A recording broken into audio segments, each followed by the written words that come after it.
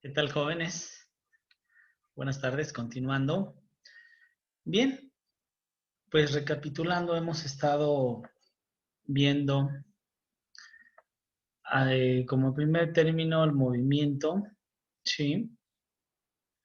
Dentro del movimiento, pues hemos visto que esto lo podemos matemáticamente ver en el plano cartesiano, que es un sistema de coordenadas, normalmente utilizando el primer cuadrante. Hemos visto la velocidad.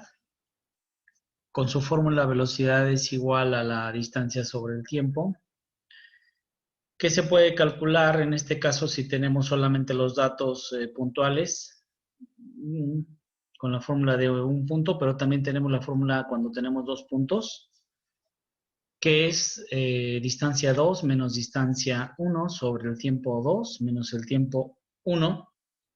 Por eso decimos que la velocidad es delta D, del cambio de la distancia con relación al tiempo, y que su pendiente, viéndola en una gráfica posición-tiempo, la pendiente es igual a la velocidad, que de acuerdo al comportamiento de la pendiente, si la pendiente se va pegando más al eje de las Y, pues quiere decir que la pendiente se va incrementando.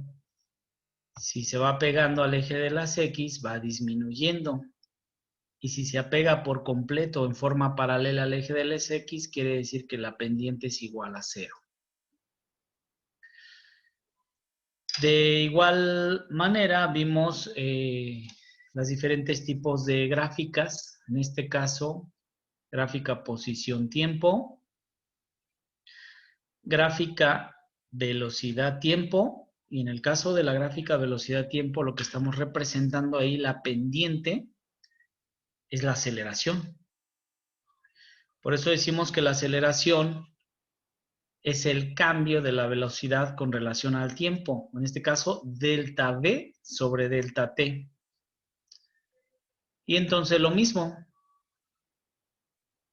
si la pendiente va incrementando en una gráfica velocidad-tiempo, quiere decir que la aceleración va incrementando. Si se va pegando al eje de las X, quiere decir que la aceleración va disminuyendo.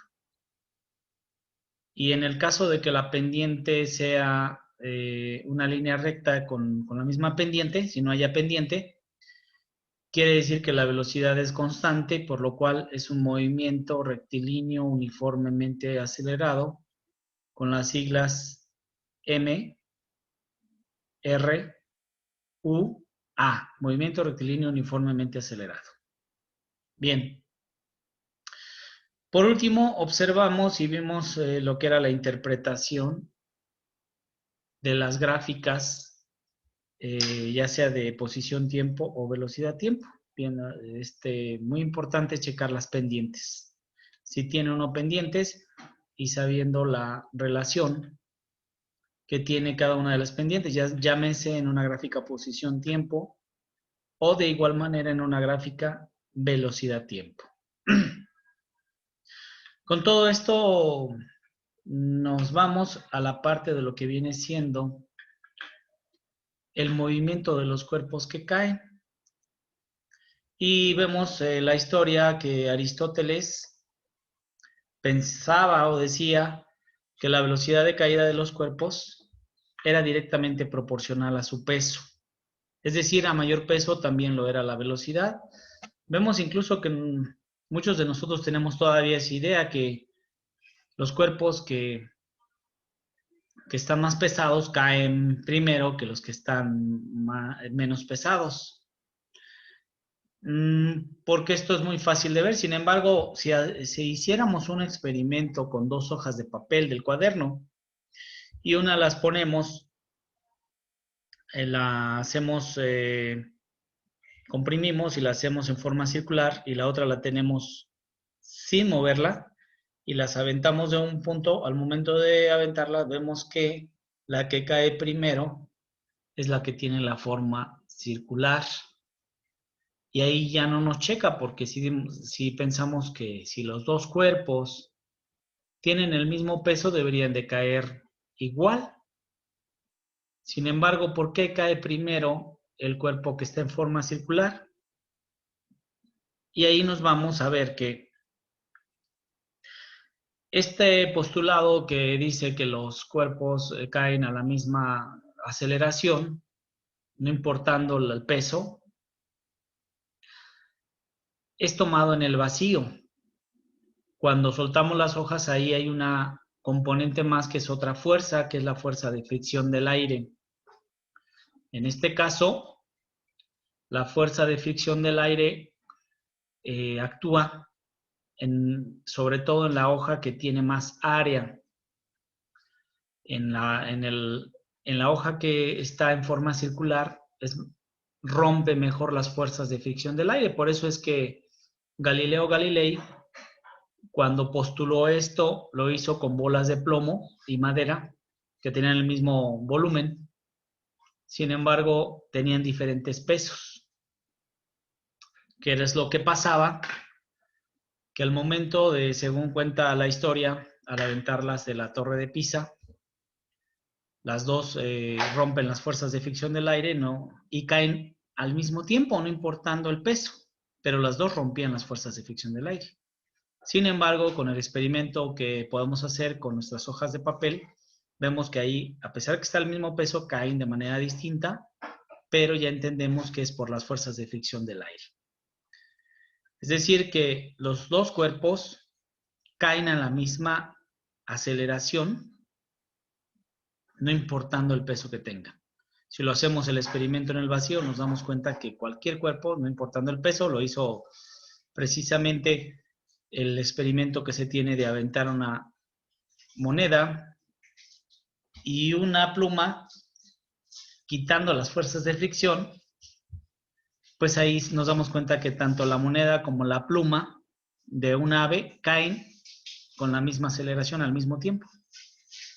Entonces, todo cuerpo u objeto en caída libre describe una trayectoria rectilínea de arriba hacia abajo con una aceleración igual a la gravedad. En este caso, la aceleración es 9.81 metros sobre segundo al cuadrado. Los cuerpos en caída libre se aceleran hacia el centro de la Tierra y su rapidez va en aumento de manera uniforme respecto al tiempo. Y aquí tenemos la representación, ¿verdad? Un objeto que cae con la misma aceleración, que es la aceleración de la gravedad, 9.8 metros sobre segundo al cuadrado aquí en la Tierra. Y tenemos que, bueno, tenemos una altura y tenemos la aceleración constante.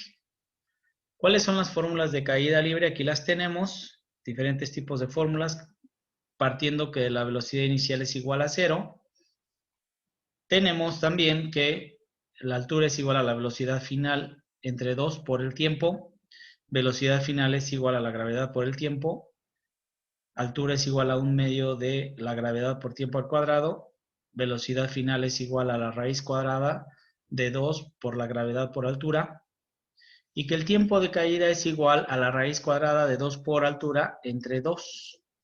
Vamos a hacer algunos ejercicios y tenemos este ejercicio que dice, bueno, se deja caer un cuerpo desde un puente y tarda 3 segundos en llegar al agua. ¿Cuál es la altura del puente? Entonces, lo primero que hacemos es identificar qué fórmula vamos a utilizar. ¿Cómo lo hacemos? De acuerdo al número de variables de los datos que tenemos, ¿verdad?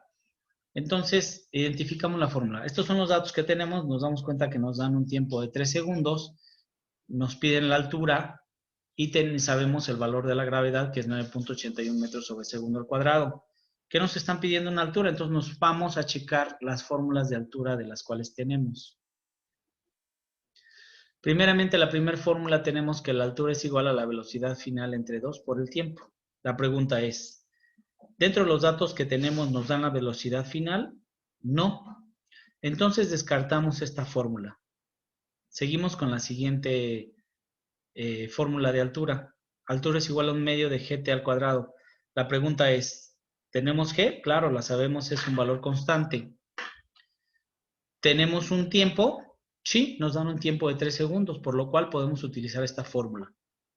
Ponemos la fórmula, ponemos rayas porque no vamos a despejar, ya está despejada. Sustituimos. Recuerden que sustituir es cambiar letras por números.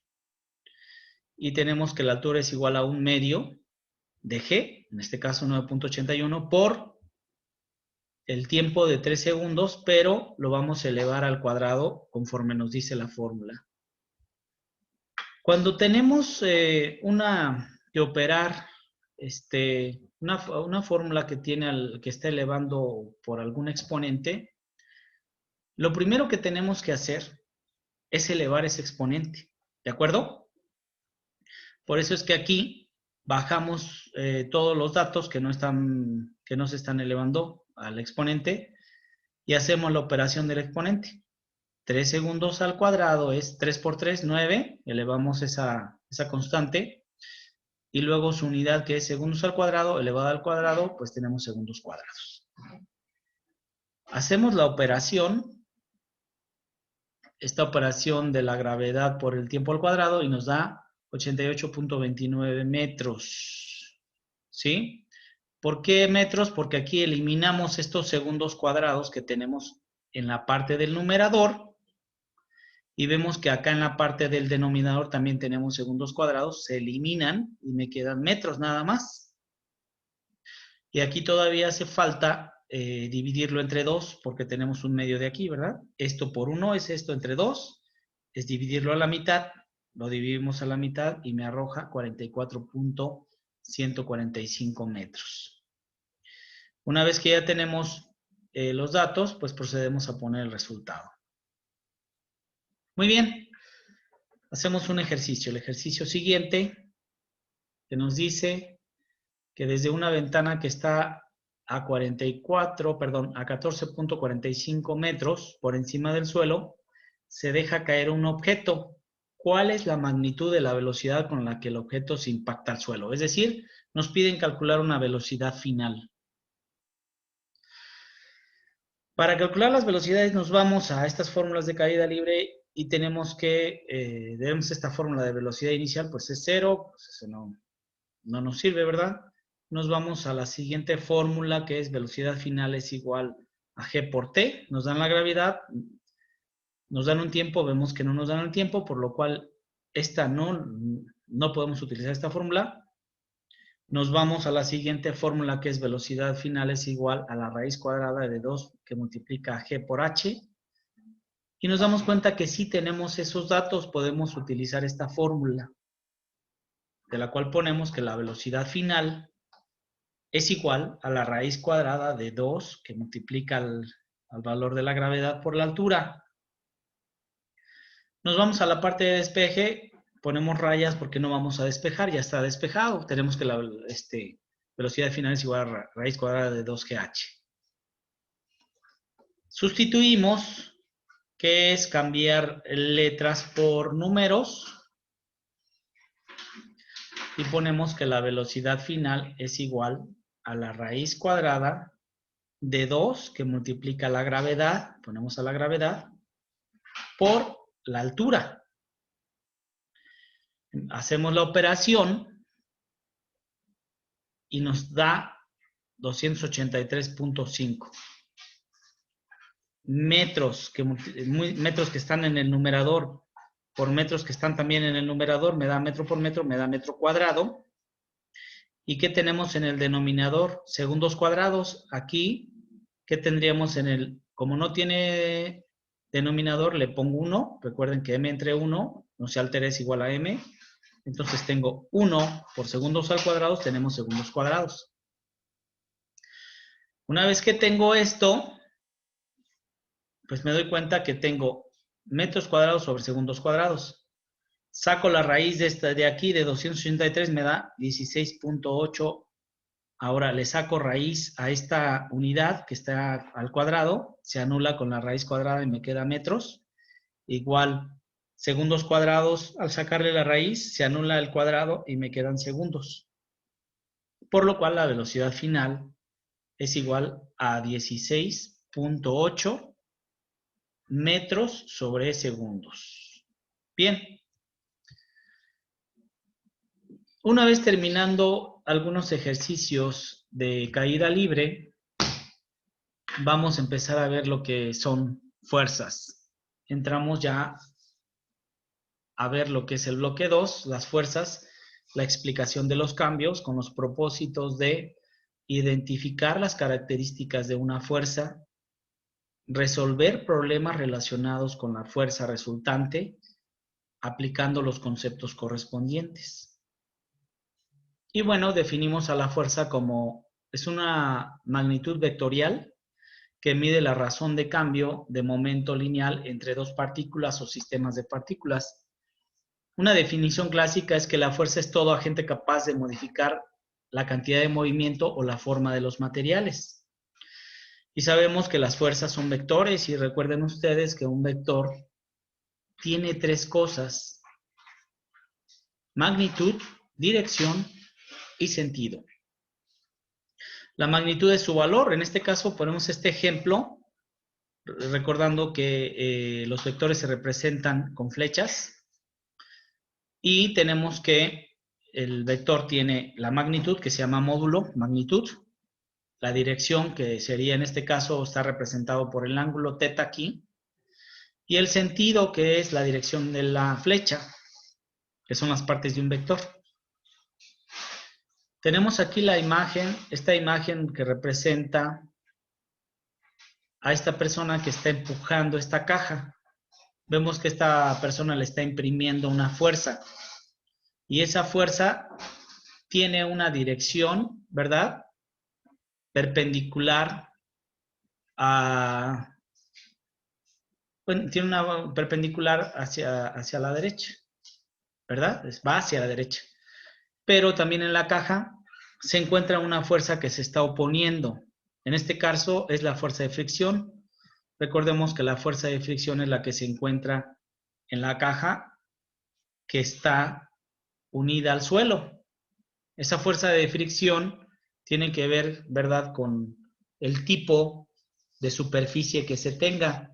No es lo mismo una fuerza de fricción en una superficie lisa a una superficie que está corrugada con mayor fricción, que se atora más, ¿verdad? Entonces aquí está representada la fuerza de fricción, que se opone a la fuerza que está imprimiendo esta persona a la caja. Las unidades de la fuerza son los newtons. Y bueno, un newton es igual a 1 kilogramo metro sobre segundo al cuadrado. En el sistema internacional de unidades, que también podemos definirlo como MKS, metro kilogramo segundo. Y tenemos otra representación de las fuerzas que son los dinas, pero estas las tenemos en el CGS, que es centímetro gramo segundo.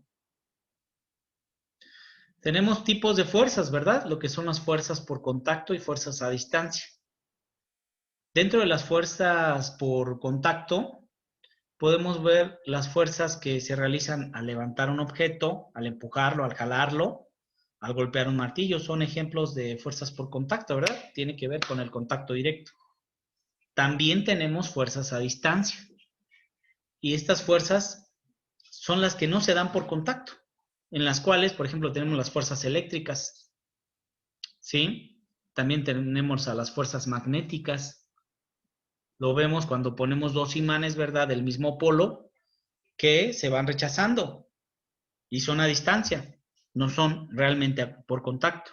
Tenemos la fuerza de gravedad también, que son fuerzas a distancias, esa fuerza que nos atrae hacia el centro de la Tierra. Y también en un sistema de fuerzas, un sistema mecánico, cuando se tienen fuerzas interactuantes, en todas esas fuerzas por contacto, también podemos, en sistemas mecánicos, podemos ver que existe un sistema de fuerzas. Si hay muchas fuerzas que se están aplicando en algún objeto, al final de todas esas fuerzas sale una fuerza resultante de la combinación de todas ellas. Recuerden que esas fuerzas tienen su magnitud, dirección y sentido propias. Sin embargo, al hacer el conjunto de esas fuerzas, se forma una sola fuerza que tiene su magnitud, su dirección y su sentido, que es la combinación de todas esas fuerzas que se llama fuerza resultante. En este caso vemos un ejemplo de fuerzas colineales en las cuales tenemos la representación de la fuerza A. Nótese que en la parte de arriba esta fuerza tiene una flecha, ¿verdad? O semiflecha. Y esto representa que es el vector A, o sea, una fuerza A con una magnitud que se va a indicar por el tamaño que tiene esa flecha, significa la magnitud, es decir, si en este caso la fuerza midiera 3 centímetros, pues es lo que denota 3 newtons de fuerza aplicado. En el caso de la fuerza B, vemos que es mayor la flecha, quiere decir que tiene mayor magnitud. Si pusiéramos el ejemplo de que fuera 7 newtons, entonces la fuerza resultante de esas fuerzas colineales que tienen la misma dirección es la suma de las dos. Y surge una tercera fuerza, que sería la fuerza resultante, que es la suma de las dos, y que cambia la magnitud. Si fueran 3 la magnitud de A y 7 la magnitud de B, entonces tendríamos una fuerza resultante de 10 newtons, que es la suma de las dos. También dentro de las fuerzas colineales podemos tener fuerzas que tengan direcciones distintas. Como por ejemplo, si en este caso la fuerza A decimos que vale 7 newtons y que la fuerza B vale 3 newtons, entonces tenemos que van en sentidos contrarios, ¿verdad? Entonces es una resta. A la fuerza mayor le quito la menor y me queda la dirección de la mayor. Entonces se hace la resta de las dos, y surge una tercera fuerza, que si fuera 7 menos 3, me quedaría 4 newtons, con dirección hacia la derecha porque es la fuerza que es mayor. A la mayor le quito la menor y queda la dirección de la mayor. ¿De acuerdo? También tenemos el caso cuando las fuerzas tienen diferente dirección, como lo estamos viendo aquí, ya no son fuerzas colineales, que sean paralelas, ¿verdad? Sino que aquí ya tienen diferente ángulo, diferente dirección. Incluso van a tener su particular sentido, ¿verdad? Y para esto tenemos sumas de vectores y podemos utilizar métodos gráficos para obtenerlas. En este caso, podemos utilizar un método que se llama el método del polígono y también tenemos otro método gráfico que se llama el método del paralelogramo para obtener su fuerza resultante. Muy bien, pues hasta ahí dejamos este video para continuar.